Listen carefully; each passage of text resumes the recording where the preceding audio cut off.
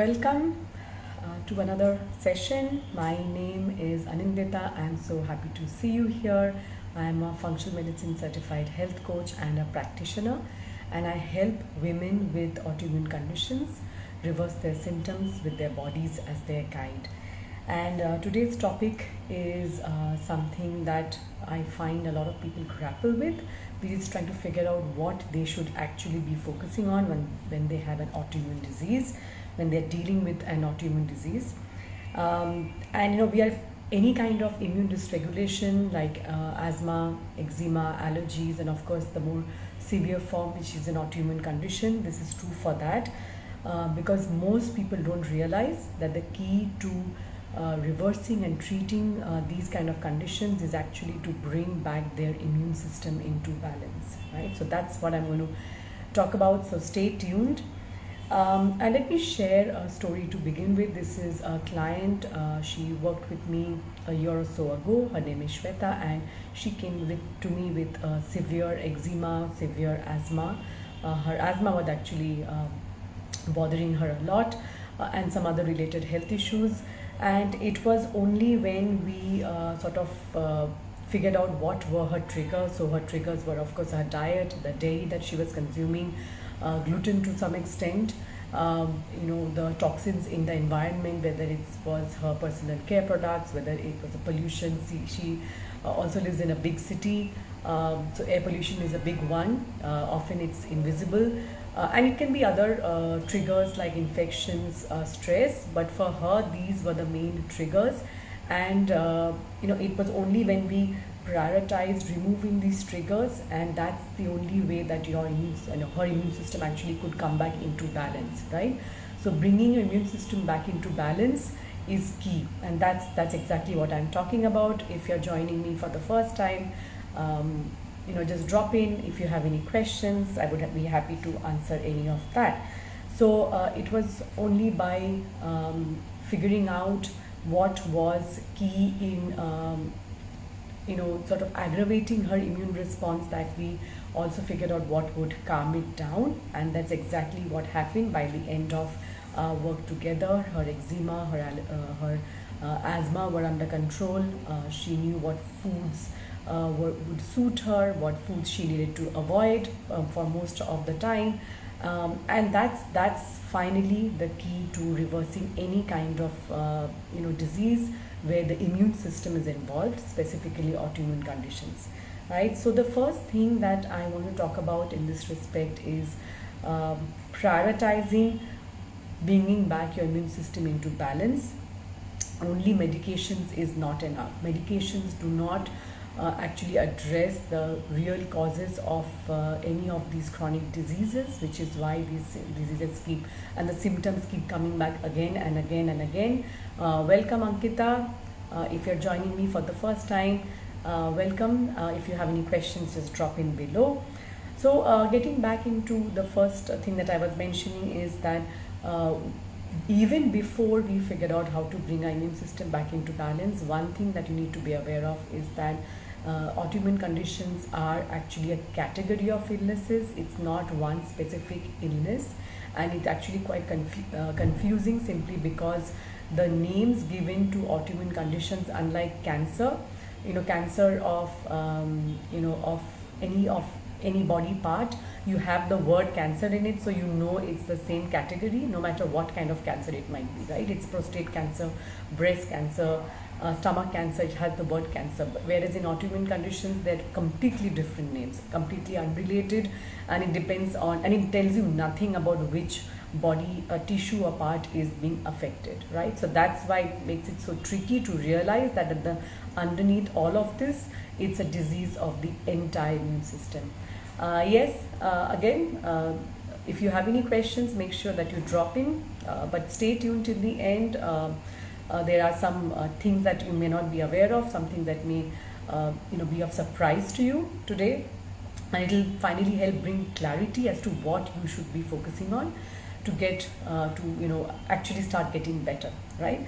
So autoimmune conditions, a category of illnesses, and again, very, very important thing to note here, if there's only one thing that you take away from today's session, it is this, that these diseases have similar origins, right? So it's diseases of the entire immune system. So the good news is that when you actually start addressing these factors, these causes, start removing these triggers, you start seeing the results. You start feeling better, your pain levels start going down, your energy levels start going up, no matter which condition you have, right? That's the beauty of understanding what causes these kind of diseases where the immune system is involved. So again, whether it's allergies, whether it's eczema, asthma, whether it's an overreactive immune system, and in these cases the immune system is actually more aggressive in its response, especially in the case of autoimmune conditions where it actually starts producing antibodies against your body's own tissues, hence the name autoimmune, right? On the other hand, on the other extreme, you can also have an underreactive immune system, which is also a problem when you actually have things like chronic infections, chronic UTI, you're constantly catching a cold that goes around, that never goes away. So that's an underreactive. So you don't want either of these extremes. What you want is immune system to be balanced, which is why I keep talking about that. The number one thing that you should be focusing on is if you're dealing with any kind of autoimmune disease or any kind of disease which has immune dysregulation at its root, is to bring your immune system back into balance, right? And I'm going to talk about few things, how you can do that, so stay tuned. So what are some of the triggers, right? So what are some of the triggers of these kind of immune systems? Nivedita, lovely to see you here. If there's any questions that you have, make sure that you drop in below, any part of the topic that I'm talking about today. So reversing and addressing autoimmune disease and any kind of a disease which has the immune system at its root means that you need to address and then remove the different triggers. So what are the triggers? So the triggers are typically diet, and in diet specifically gluten is a big trigger, and I've talked about it in my other sessions. Gluten actually induces what we call enhanced intestinal permeability, where the junction between each cell in your gut becomes semi-permeable, right? Becomes more permeable, allowing undigested food particles, toxins and other things to pass into your bloodstream, which should not be there, which in turn aggravates an immune response, because the immune system is not very clear, whether it's a friend or a foe. And because the immune system is primary objective is to protect you at all costs, help you survive, it starts producing antibodies, and that's actually what it's a downstream, and autoimmune disease is actually often a downstream result of that. But this is how it starts. So gluten in the diet is an issue. Toxins, and when I talk about toxins, it's mostly, it can be heavy metals, it can be chemicals. We are surrounded by this in our personal care products, in our homes, in our fragrances, perfumes, in our laundry, dishwashing, air, the air that we are breathing. So it's everywhere, and it's something that I call an invisible, it's an invisible elephant in the room, because we don't see the direct result of that, and we fail to address that. So that's something that is a huge component of any disease progressions, particularly autoimmune conditions. Infections can also actually trigger off. So you will have people who may have had these underlying factors which can lead to autoimmunity, but they were not facing any problems till they had maybe COVID or any kind of other infection, right? So that just sort of triggered off. And of course stress, and stress can be physiological, stress can be psychological, so all of that. The second thing that you need to understand is that autoimmune disease is not a life sentence, right? So if you have been diagnosed with an autoimmune condition, it does not mean that you have to live the rest of your life with debilitating pain, immense fatigue. That's not how it goes, because solutions exist, but it means that you need to go beyond taking pills, need to go beyond just managing your symptoms or just suppressing your symptoms with drugs. Again, drugs, medications, treatments are important because they do prevent further tissue damage. So it's typically not an either or situation. I've had clients who are on medications and are doing, whatever I'm talking about, whether it's a dietary change, lifestyle, etc. It's both that have amazing impact. But many clients are able to go off medications, because they're able to make these changes and bring the immune system back into balance, so that the immune system has, stopped getting aggravated by these triggers.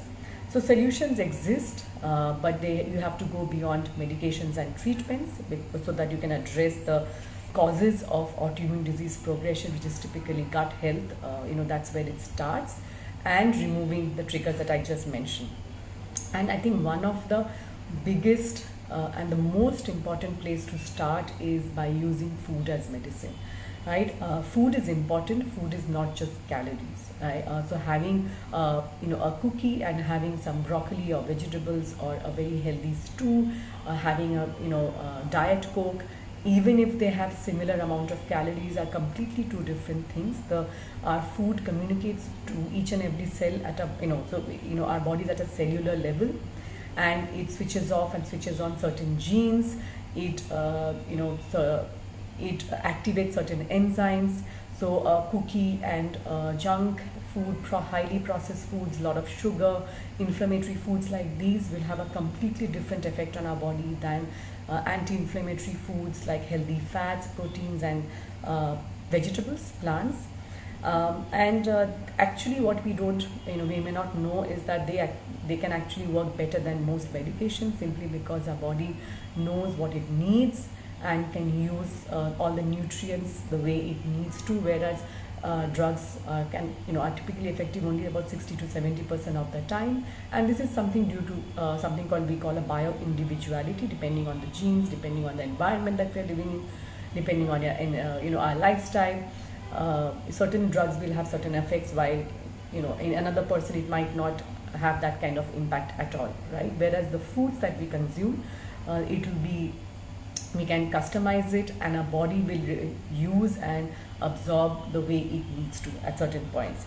And the right kinds of foods that I mentioned will lower inflammation. Inflammation is something that naturally occurs when we get a cut, a wound. It's a part of the healing mechanism. It's a part of the survival process, a healing process, wound repair process. It's a problem because when our immune system is constantly on sort of at war, it's constantly producing antibodies, and as a result it's producing these inflammatory chemicals. And so chronic inflammation is what I'm talking about right now, not acute inflammation. So chronic inflammation, which is this undergoing an underlying inflammation that's constantly going on, and there are lab tests that will tell you. But of course, if you already have a diagnosis, then you know that there is this underlying inflammation which is going on. And there are certain foods which lower this inflammation, and there are certain foods which increase inflammation. These are inflammatory foods like gluten, dairy, eggs, corn, and of course the foods that you might be sensitive to, that you may not know about.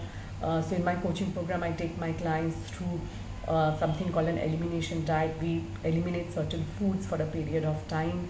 And it has to be, of course, customized from person to person. Some of the foods are common, but some of the other foods have to be customized. So if somebody has rheumatoid arthritis, in addition to gluten and dairy, they may also need to be off tomatoes, bell peppers, even potatoes, like even in the case of psoriasis. So we actually also take off foods like yeast containing foods like vinegar, mushrooms, etc.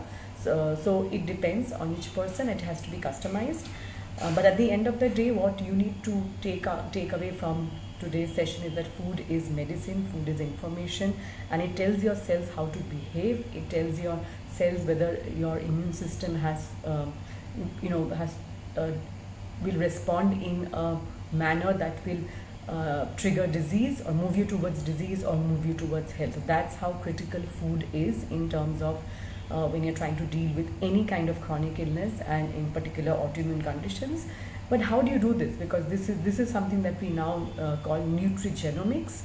The foods that we are taking in has an impact on your gene expression. So it's not necessarily that the gene that you were born with will get expressed the way that all the genes that you're born with will get expressed. It's like an example that I'd heard, and I love that example, that you have a light bulb under a lamp, and you switch it on. But so you have a light bulb which is there, but unless you switch on the lamp, there's no light, right? So it's similar to your gene. So but your certain foods will will activate certain, switch on certain genes. So it depends on which foods. So foods, there are certain foods which will move you towards health. These are foods that I mentioned, plant-based foods, so all your vegetables, fruits, healthy fats, proteins, nuts, seeds, right? So this is what we need to focus on. And the last but not the least, one of the ways that you will find it much easier to understand what are these foods, which are these foods, and also which are the things that are helping you, what are the changes, because I talked about quite a few things, changing lifestyle, etc. How do you know that you're on the right track, right? So this is something, a big area of focus in my own program, because I teach my clients to listen to their own bodies. When you listen to what your body is telling you, your body will let you know in its own way whether the changes that you have made is helping or not, right? Many of these changes will be certainly helpful, but there might be others which you might need to tweak a bit. So everything cannot be tested, and all tests are not infallible. So we also need to tune into our own intuition, tune into our own body's wisdom, and there are ways of doing that. I teach that. It's a big component of my coaching program, because we use a body guided approach, and that will keep you on track, right? Otherwise, just by following a set of diet, etc., protocols, we don't work for everyone, right? So there are certain basic things which are common, but the rest of it has to be customized, it has to be personalized, and that's what we practice in functional medicine. And one of the most effective ways of doing that, actually one of the best ways of doing that, is to listen to your body and work with your body as your guide. That's exactly what I help my clients do in my coaching program. And in fact, enrollment is going to open up later, end of this month, and there is a wait list right now. There are only going to be 6 spots available. So if you are looking for some help with your autoimmune condition, to help you reverse it, to get better, even if you don't have all the answers, just using your body as your guide will give you a lot of the direction that you are looking for. It will tell you whether you're on the right track or not, and I focus on all of this in my program. Make sure that you head on to the link in the bio and check out and just get onto the wait list, and I'll be sharing the link below here. If you have any questions, I would be happy to come back and answer, and just share what your key takeaway was from today's session, and I'll see you again soon.